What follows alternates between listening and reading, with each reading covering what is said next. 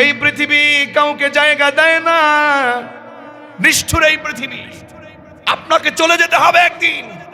ভেবে দেখেন আপনার পরিবারের কথা। বাবা চলে গেছে, পৃথিবী জায়গা করে দিল না। মা চলে গেছে, আমার মা নেই, চলে গেছে আমার মা, জায়গা করে দেয় না এই পৃথিবী। নিষ্ঠুর এই পৃথিবী। আপনিও তো নিষ্ঠুর।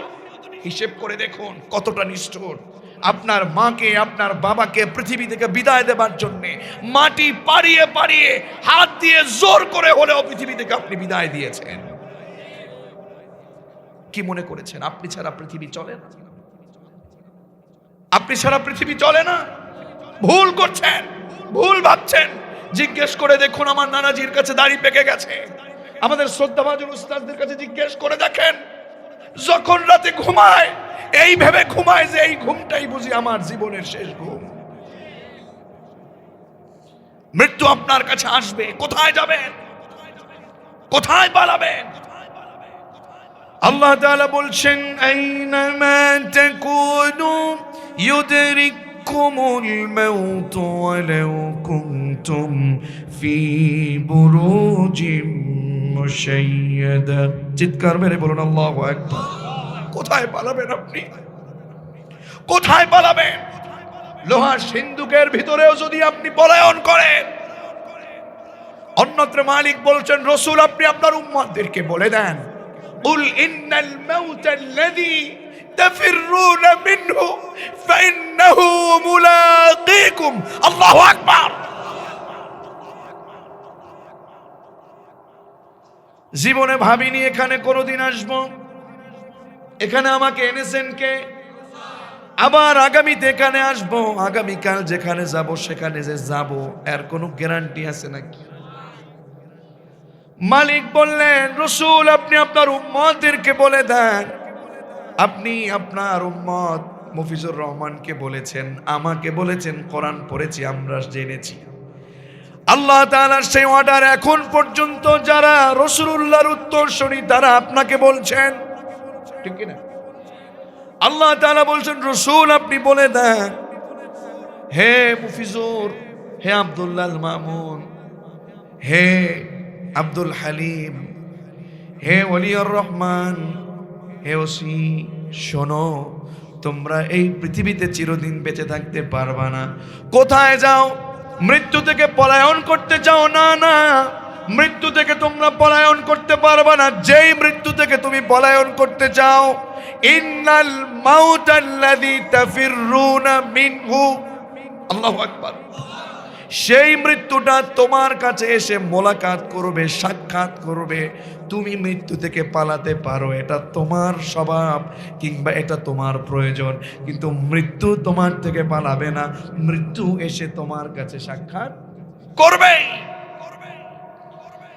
এরপরে কি বলেছেন জানেন? আল্লাহ তাআলা বলছেন, রাসূল বলে দেন, ফাইন্নাহু মুলাকীকুম সুম্মা তুরাদ্দুনা ইলা আলিমিল গায়বি ওয়াশ শাহাদা। আল্লাহু আকবার। আমাদেরকে এমন কার কাছে যেতে হবে যিনি গায়েবও জানেন, যিনি প্রকাশ্যও জানেন। তিনি কে? আল্লাহ তাআলা বলেন, রাসূল বলে দেন, যে আল্লাহ গায়েব জানে, গোপন জানে, প্রকাশ্য জানে, সেই আল্লাহর কাছে যেতে হবে। কথা কার? তাহলে কি করে আপনি গোপনে গুনাহ করেন? আমরা কি গোপনে গুনাহ করি না? আমরা হয়তো আমাদের মোহতারাম সভাপতিকে আমরা ফাঁকি দেই, আমাদের প্রধান অতিথিকে ফাঁকি দিতে পারি, পুলিশকে ফাঁকি দেয়া যায়, সেনাবাহিনীকে ফাঁকি দেয়া যায়, ম্যাজিস্ট্রেটকে ফাঁকি দেয়া যায়, অফিসারকে ফাঁকি দেয়া যায়, কিন্তু একজনকে ফাঁকি দেয়া যায় না। জবান খুলে বলুন না, তিনি কি? চলে যেতে হবে আপনাকে। আল্লাহ তাআলা বলছেন, ফায়ুনাব্বিউকুম বিমা কুনতুম তা'মালুন। রাসূলদেরকে বলে দেন, যা আমরা করছি, যে আমলগুলো করছি, আমাদেরকে এই আমলগুলো কে জানিয়ে দিবে? মালিক যদি আপনাকে আমলগুলো আবার জানায় দেয়, মালিক যদি আপনার হাতে আমলনামা তুলে দেয়, সেই দিন আপনি কি জবাব দিবেন, কি বলবেন? আমার বন্ধুগণ, আমার এই এলাকা আমার নানা মামাদের দেশ। মামা বলেন, নানা বলেন, ভাই বলেন, বন্ধু বলেন, আপনাকে বলছি, আপনি যদি এই পৃথিবীতে আসেন, এই পৃথিবীতে থাকতে চান, এটা হবে আপনার ভুল। এসেছেন আপনি রবের ইচ্ছায়, যেতেও হবে রবের ইচ্ছায়।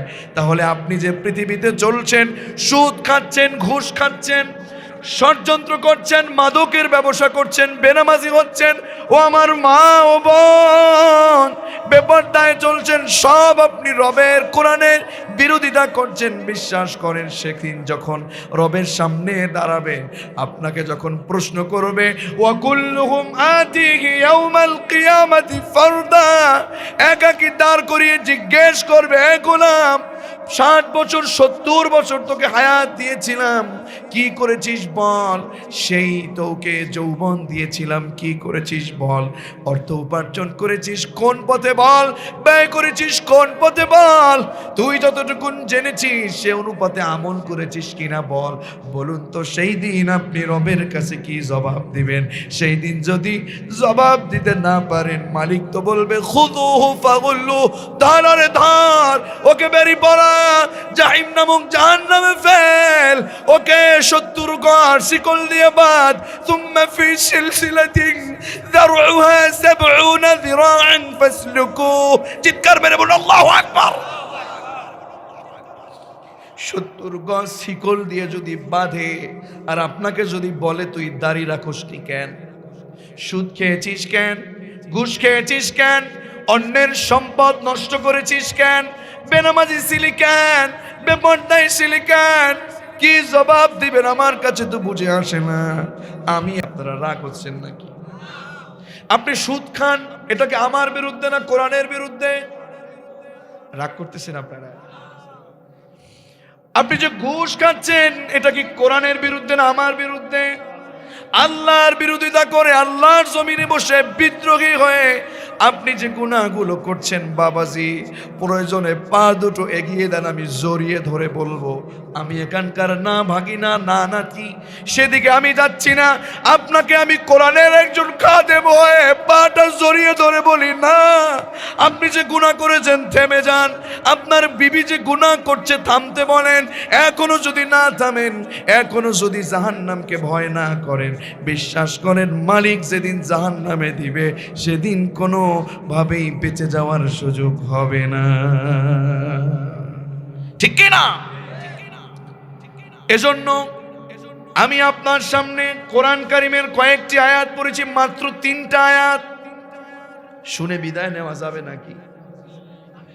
মাত্র 3টা আয়াত পড়েছি, সূরা আলে ইমরান 4 নম্বর পারার 5 নম্বর পৃষ্ঠার 14-15 নম্বর লাইন, এবং 6 নম্বর পৃষ্ঠার 1 এবং 2 নম্বর লাইন। আলে ইমরানের 3টি আয়াত, 131, 32, 33। এই 3টা আয়াত শুনে বাড়িতে যাব আমরা, এখান থেকে বিদায় হয়ে এই সিদ্ধান্ত নিব, না, আব্দুল্লাহর মামুন নাই, আব্দুল্লাহর মামুনের কথা শুনতে আসি নাই, রবের কথা শুনতে এসেছি, তাফসীর শুনতে এসেছি। ওসির মাহফিলে যাই নাই, অলির মাহফিলে যাই নাই, মির্জা সাহেবের মাহফিলে যাই নাই, জান্নাতের বাগানে গিয়েছি। এখানে এসে এই সিদ্ধান্ত নিব, না, আর অন্যায় করব না। পৃথিবী থেকে যেহেতু বিদায় নিতেই হবে, ভালো হয়ে যাব, রবের ক্ষমার পথে দৌড়াবো, জান্নাতের পথে দৌড়াবো।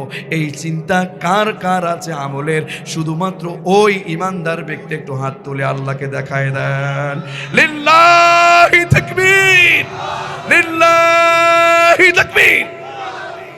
মহান রব যেন আমাদের হাতগুলো কবুল করেন, পড়ে না আমিন। এজন্য বলছিলাম, বাবাজি আমার, আমার দাদা যান, আমার নানা যান, ও আমার মামা, আপনাদেরকে বলছি, না না, পৃথিবীতে চিরদিন বেঁচে থাকা যাবে? এই পৃথিবীতে কেউ চিরদিন বেঁচে থাকতে পারে নাই। এই পৃথিবীতে সবচেয়ে বেশি ক্ষমতার অধিকারী ছিল ফেরাউন। কথা বলেন না কেন? বাম পথের লোক, বামপন্থীদের মধ্যে সবচেয়ে বড় ক্ষমতাধর ছিল ফেরাউন। এত বেশি জুলুম করেছে, বলেছে আনা রাব্বুকুমুল আ'লা, আনা রাব্বুকুমুল আ'লা। আমি তোমাদের সবচেয়ে বড় রব। আমাকে একটু জবান খুলে বলেন তো, ফেরাউন কি পৃথিবীতে বেঁচে আছে? পৃথিবীতে কেউ স্থায়ী হয় না, হোক না সে ফেরাউন কিংবা নমরুদ। কেউ ভাবে চিরকাল রয় না, কেউ ভাবে চিরদিন রয় না, ঠিক কিনা? আপনি তো ফেরাউন এখনো হন নাই, আপনার ক্ষমতা তো এখনো ফেরাউনের সমান হয়নি, তাই 100 ভাগের 1 ভাগও হয় নাই। এখনো আপনি অন্যায় থেকে থেমে যান, জুলুম থেকে থেমে যান না। আমি আপনাকে আজকে এই জান্নাতের বাগানে একটা উপহার দিতে বলবো, মালিককে দিতে পারবেন নাকি? মালিককে আজকে একটা উপহার দিবেন, আমি নিজে আপনার কাছ থেকে বের করতে চাই। জীবনে গুনাহ আমরা কম করেছি না বেশি? বলেন বলেন।